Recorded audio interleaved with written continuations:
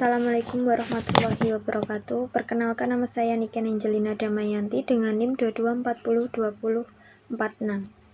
Di sini saya akan membahas tentang materi qawaid fikih untuk memenuhi tugas UTS.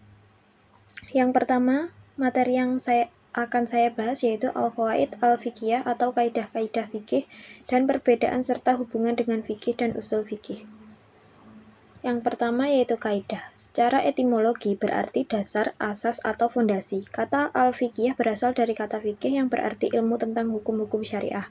Secara terminologi, kaidah fikih adalah dasar-dasar fikih yang bersifat umum, bersifat ringkas, berbentuk undang-undang yang berisi hukuman syara' yang hukum umum terhadap berbagai peristiwa hukum yang termasuk dalam ruang lingkup kaidah tersebut. Secara bahasa, kata fikih berasal dari bahasa Arab. Fikiha yafhahu fikhan yang bermakna mengerti atau memaham.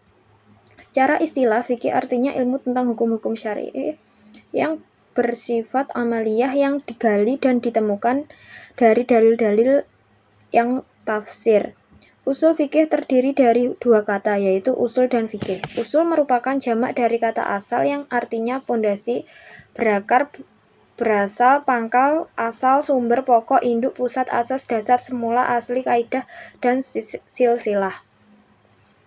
Sedangkan fikih berarti pemahaman hukum-hukum syara' yang telah digali dan dirumuskan dari dalil-dalil menurut aturan yang sudah ditentukan dan berhubungan dengan segala tindakan manusia. Usul fikih adalah ilmu pengetahuan tentang kaidah-kaidah yang hubungan usul fikih dengan fikih adalah fikih mengarah pada ilmu yang membahas persoalan hukum Islam yang praktis, sedangkan usul fikih mengarah pada ilmu yang membahas kaidah-kaidah mengenai metode dan menggali hukum dari dalil-dalil yang terperinci. Usul fikih yang merupakan proses istinbat atau menggali hukum dari dalil-dalil, sedangkan fikih merupakan hasil dari usul fikih yang dituangkan ke dalamnya. Perbedaan antara fikih dan usul fikih terdapat pada segi objek ilmu keduanya.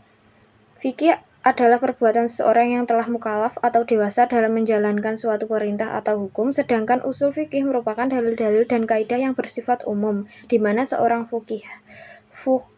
fuqaha atau ahli fikih menelaah tentang bagaimana dalil-dalil jaz'i sebagian yang dapat diterapkan pada permasalahan atau persoalan khusus. Selanjutnya yaitu materi yang kedua. Di materi kedua ini, saya akan membahas tentang al-umru bil maqasidah. Segala sesuatu tergantung niat atau tujuan. Yang pertama yaitu kaidah al-umuru bil maqasidah terbentuk dari dua unsur, yaitu kata al-umru dan al-maqasid. Secara etimologi, al-umuru merupakan bentuk dari kata al-amru, yang artinya keadaan, kebutuhan, peristiwa, dan perbuatan, sedangkan al-maqasid itu artinya maksud atau tujuan. Sedangkan menurut terminologi berarti perbuatan atau tindakan mukallaf baik secara ucapan, tingkah laku, dan yang dikenai hukum syara' sesuai dengan maksud dari pekerjaan yang dilakukan. Pengertian kaidah ini membawa bahwa hukum yang berimplikasi terhadap suatu perkara yang timbul dari perbuatan atau perkataan subjek hukum mukallaf tergantung pada maksud dan tujuan dari perkara tersebut. Kaidah ini berkaitan dengan setiap perbuatan atau perkataan hukum yang dilarang dalam syariat Islam. Kaidah al-umru bil maqasidah merupakan kaidah yang memiliki arti luas. Kaidah ini terkait dengan semua aktivitas manusia baik perkataan maupun perbuatan. Kaidah ini juga membahas tentang konsekuensi atas setiap perkara harusah sesuai dengan apa yang menjadi tujuan terjadinya perkara tersebut. Niat yang melandasinya. Niat yang ada di dalam hati saat melakukan perbuatan menjadi kriteria penentu nilai dan status hukum amal perbuatan yang dilakukan. Salah satu dasar dari kaidah ini adalah surat Al-Baqarah ayat 225. Allah tidak menghukum kamu karena sumpahmu yang tidak kamu sengaja, tetapi Dia menghukum kamu karena niat yang terkandung dalam hatimu. Allah Maha Pengampun, Maha Penyantun. Salah satu cabang kaidah ini diantaranya yaitu La sawabilla biniat. Tidak ada pahala kecuali dengan niat. Mayustaro tu fihi ta'inu faqota fihi mubtilu. Dalam amal yang disyaratkan menyaratkan niat, maka kekeliruan pernyataan membatalkan amalnya. Yang ketiga yaitu mayusta'aro ta'rudu lahu jumlatawa yusrtaro tota tunahus hutafsilan ida ainuhu wa aqtadur. Perbuatan secara keseluruhan diharuskan niat, tetapi secara terperinci tidak diharuskan menyatakan niat, maka dinyatakan niatnya yang dan ternyata keliru, berbahaya, dan lain sebagainya. Contoh penerapan kaidah ini adalah barang siapa menjual sesuatu atau menceraikan istrinya di dalam hati tanpa mengucapkannya, maka ia tidak dihukumi telah melakukan transaksi jual beli atau perceraian, meskipun ia secara luas menyatakan telah meniatkan demikian. Barang siapa yang membeli lahan kosong dengan niat untuk mewakafkannya, maka ia tidak serta-merta menjadi pewakaf kecuali setelah ia mengucapkan ikrar wakaf. Misalnya, aku wakafkan harta ini untuk orang-orang fakir miskin atau kepada lembaga-lembaga sosial dan sejenisnya. Itu saja yang saya sampaikan di materi kedua. Selanjutnya yaitu materi yang ketiga. Di materi yang ketiga, saya akan membahas tentang al-yakinu la yuzalu bi al-syak. Keyakinan tidak bisa dihilangkan oleh keraguan. Yang pertama yaitu pengertian al-yakinu la yuzalu bi al-syak. Keyakinan atau al-yakin adalah kepastian akan tetap suatu tindakan sesuatu, sedangkan keraguan al-syak adalah ketidakpastian antara tetap atau tidaknya sesuatu. Kaidah ini berarti bahwa keyakinan yang sudah menetap atau yang sealur dengannya, yaitu sangkaan yang kuat, tidak dapat dikalahkan oleh keraguan yang muncul sebagai bentuk kontradiktifnya, akan tetapi hanya dapat dilakukan oleh keyakinan atau asumsi kuat yang menyatakan sebaliknya. Yang kedua yaitu dasar kaidah al-yakinu la yuzalu bi al-syak. Terdapat pada Quran surat Yunus ayat 36, Quran surat Al-Hujurat ayat 12, dan hadis riwayat Muslim dari Abbad bin Tamim dari pamannya berkata bahwasanya ada seorang yang mengadu kepada Rasulullah SAW bahwa dia merasakan seakan-akan ingin kentut di dalam salatnya, maka Rasulullah bersabda, janganlah dia membatalkan salatnya hingga dia mendengar suara atau mencium bau.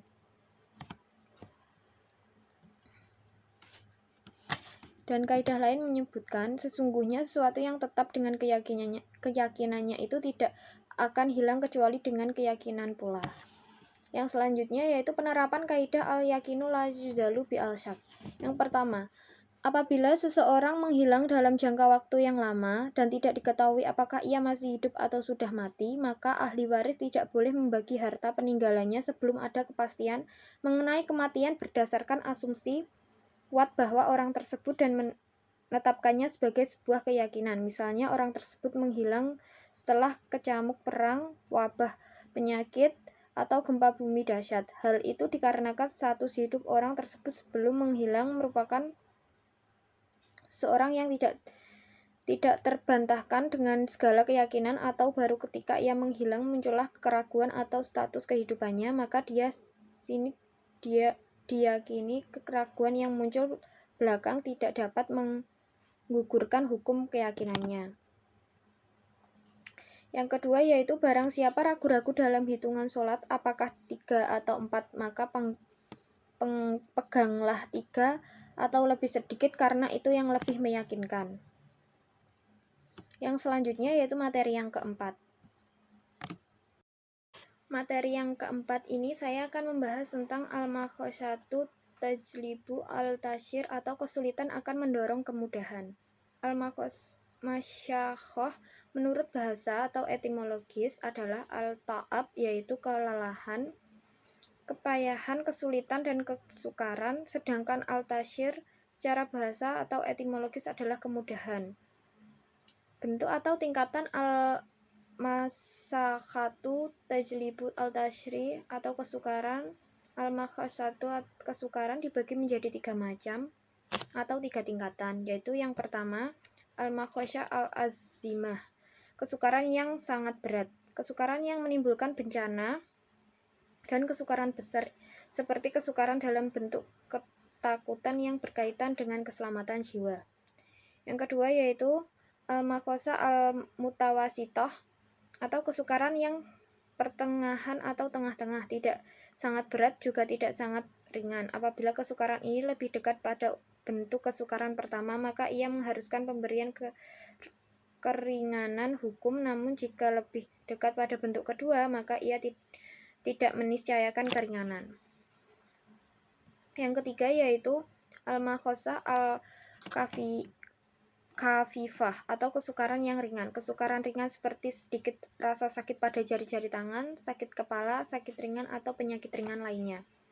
Adapun keringanan atau kemudahan karena adanya masyakoh setidaknya ada 7 macam, yaitu takfif istiqoh atau ruksyah istiqoh, pengguguran kewajiban.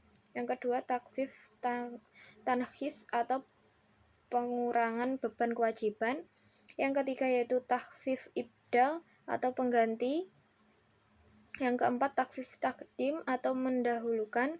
Yang kelima takfif takhir atau mengakhirkan.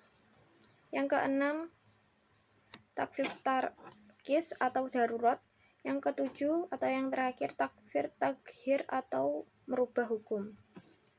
Yang selanjutnya yaitu macam-macam kaidah al-masyakhatu tajlibu al-tasyir. Yang pertama, idza dhaqa amru itsah. Apabila suatu perkataan menjadi sempit, maka hukumnya meluas. Selanjutnya yaitu ida itsa'a doko, yaitu apabila suatu perkara menjadi luas, maka hukumnya menyempit.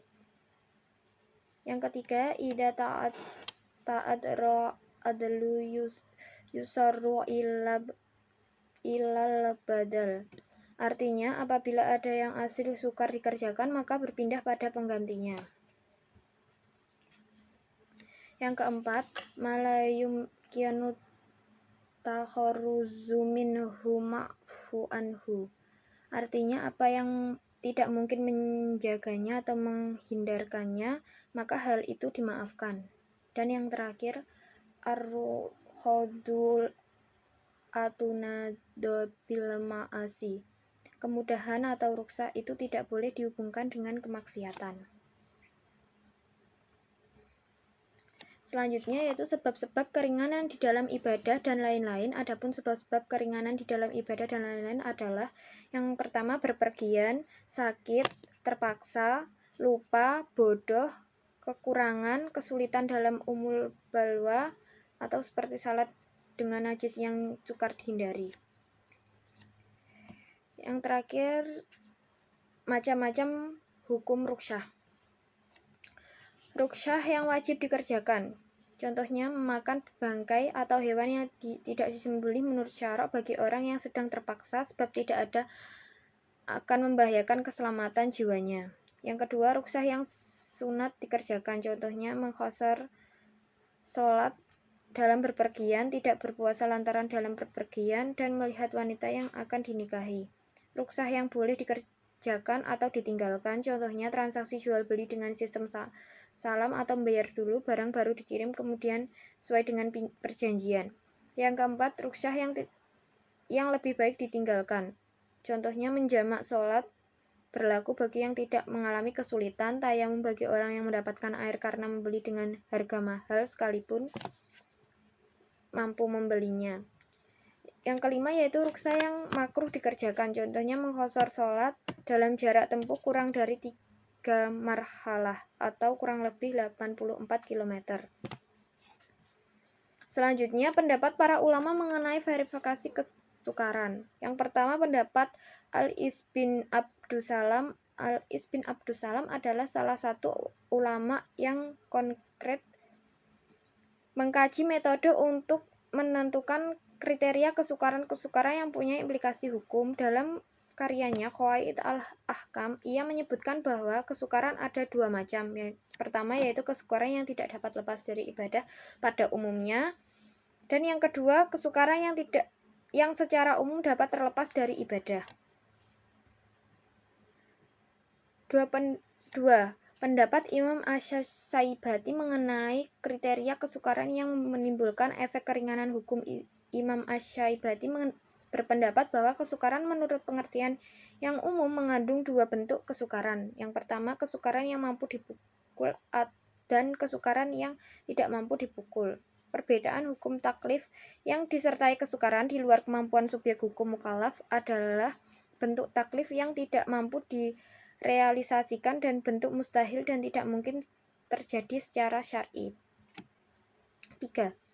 Pendapat kalangan ulama Syiah mengenai kesukaran yang mendatangkan kemudahan. Kriteria masyakah atau kesukaran yang mendatangkan keringanan dan kemudahan menurut ulama Syiah adalah kesukaran yang diwaspadai oleh orang-orang yang berpikir sehat, al-ukhala. Mereka jauhi dan tidak mereka kerjakan sebagai implementasi prinsip baik dan buruk menurut akal atau at-tasim wa at-tabiq al-aliyin yang mereka pegang. Kemudian adalah materi yang kelima. Di materi yang kelima, saya akan membahas tentang al-dararu yuzalu atau bahaya yang dihilangkan, yang harus dihilangkan. Al-dararu yuzalu, bahaya yang harus dihilangkan. Arti dari kaidah al-dararu yuzalu adalah kemudaratan atau kesulitan harus dihilangkan. Namun darar atau kemudaratan secara etimologi adalah berasal dari kalimat ad-darar yang berarti sesuatu yang turun tanpa ada yang dapat mahannya. Sumber hukum. Firman Allah, dan janganlah kamu membuat kerusakan di muka bumi sesudah Allah memperbaikinya, dan berdoalah kepadanya dengan rasa takut atau tidak akan diterima dan diharapkan akan dikabulkan. Sesungguhnya rahmat Allah amat dekat kepada orang-orang yang berbuat baik. Quran Surat Al-A'raf surat ke-7 ayat 56. Dan sabda Rasulullah SAW, tidak boleh memudaratkan dan dimudaratkan. Barang siapa yang memudaratkan, maka Allah akan memudaratkannya, dan barang siapa saja yang menyusahkannya. Hadis riwayat Imam Malik. Cabang kaidah. Kaidah pertama yaitu al-dororu ayuzalu bidor. Kemudaratan itu tidak bisa dihilangkan dengan kemudaratan yang lain. Contohnya, seseorang debitor tidak mau membayar hutangnya padahal waktu pembayaran sudah habis. Maka dalam hal ini tidak boleh kreditor mencuri barang debitor sebagai pelunasan terhadap hutangnya. Kaidah yang kedua yaitu al-daruratu tubihu mahdaurat. Kondisi darurat memperbolehkan sesuatu yang semula dilarang. Contohnya, seseorang di hutan tiada menemukan makanan sama sekali, kecuali babi. Dia bila tidak memakannya akan mati, maka babi di hutan itu dapat dimakan sebatas keperluannya. Kaidah yang ketiga yaitu mabiyahu li sarurat li darurati yuqdaru biqdariha. Apakah yang diperbolehkan karena adanya kemudaratan diukur menurut kadar kemudaratannya. Contohnya, kebolehan memakan bangkai bagi seseorang hanya sekedar dalam ukuran yang mempertahankan hidup tidak boleh melebihi. Kaidah yang keempat yaitu darul mafasidi muqaddamu ala jalbil masolih. Menolak mafsadah atau kerusakan didahulukan daripada mengambil kemaslahatan. Contohnya, berkumur dan menghisap air ke dalam ketika wudhu merupakan sesuatu yang disunatkan, namun dimakruhkan bagi orang yang berpuasa, karena untuk menjaga masuknya air yang dapat membatalkan puasa. Kaidah kelima yaitu idza ta'aradul mufsidatani ru'ya domuhuma dororo biratikabil hafahima. Jika ada dua kemudaratan yang bertentangan, maka diambil kemudaratan yang paling besar. Contohnya, diperbolehkan mengadakan pembedahan perut wanita yang mati jika dimungkinkan bayi yang dikandungnya dapat diselamatkan. Pendapat ulama tentang kaidah al-dororu. Yang pertama yaitu Al-Husain mengartikan al-dor dengan bagimu ada manfaat, tapi bagi tetanggamu ada mudorot, sedangkan al-dairar diartikan dengan bagimu tidak ada manfaat dan bagi orang lain memudaratkan. Yang kedua yaitu ulama lain mengartikan al-dorar dengan membuat kemudaratan, dan al-dirar diartikan membawa kemudaratan di luar ketentuan syariah. Selanjutnya yaitu materi yang keenam. Materi yang keenam yang akan saya bawakan yaitu al-adatu muhakkamah, artinya adat istiadat dapat dijadikan pijakan hukum.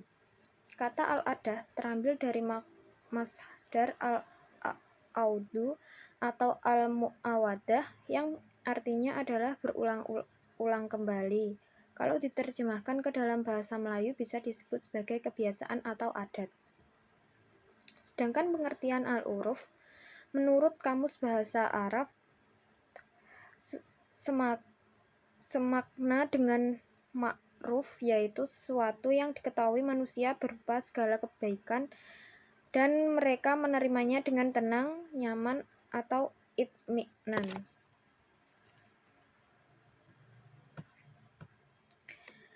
Arti dari muhakamah sendiri adalah keputusan hakim dalam pengadilan dan menyelesaikan sengketa. Artinya ada juga bisa menjadi rujukan hakim dalam memutus persoalan sengketa yang diajukan ke meja hijau.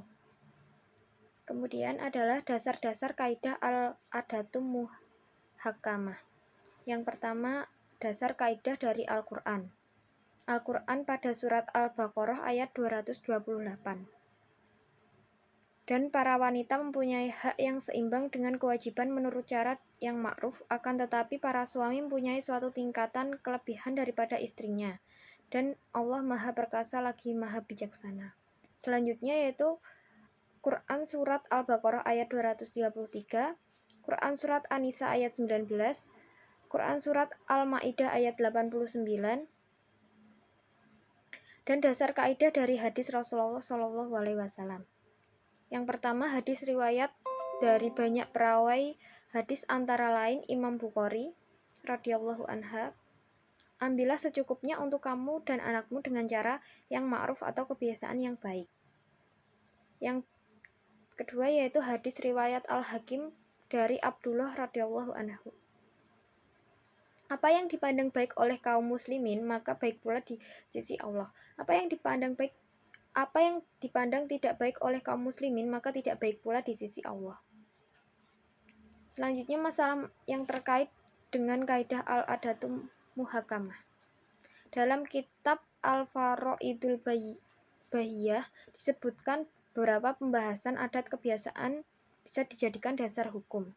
Yang pertama yaitu adat itu harus mudorid atau jelas atau tetap. Dan bila tidak mutorid atau tidak tetap atau tidak jelas, maka tidak bisa. Adat itu bersesuaian dengan dalil syarak atau nilai-nilai syarak, dan bila bertentangan dengan syarak, maka yang dimenangkan syarak. Yang selanjutnya, bila terjadi pertentangan antara uruf umum dan uruf khusus, maka yang dimenangkan atau didahulukan adalah yang khusus, kecuali bila yang khusus sangat terbatas sekali. Selanjutnya, huruf yang berlaku adalah yang bersamaan atau yang agak mendahului, sedangkan yang terjadi setelah ucapan tidaklah berlaku. Selanjutnya, apabila adanya bertentangan dengan pengertian bahasa, lalu apabila tidak ada ketentangannya dalam syarok dan lugat bahasa, maka dikembalikan pada uruf. Yang terakhir, apabila adat yang jelas bertentangan dengan syarok. Perbedaan antara al-adat dengan al-uruf. Uruf adalah berbagai tradisi yang sudah menjadi kebiasaan masyarakat yang tidak bertentangan dengan Al-Quran dan As-Sunnah. Para pemakai uruf dalam proses kajian hukum mengeluarkan kaidah al-adah al-muhakamah, bahwa kebiasaan-kebiasaan masyarakat itu dapat dijadikan rujukan dalam pembahasan hukum. Itu saja yang saya sampaikan di materi yang ke-6 dan yang terakhir. Terima kasih. Wassalamualaikum warahmatullahi wabarakatuh.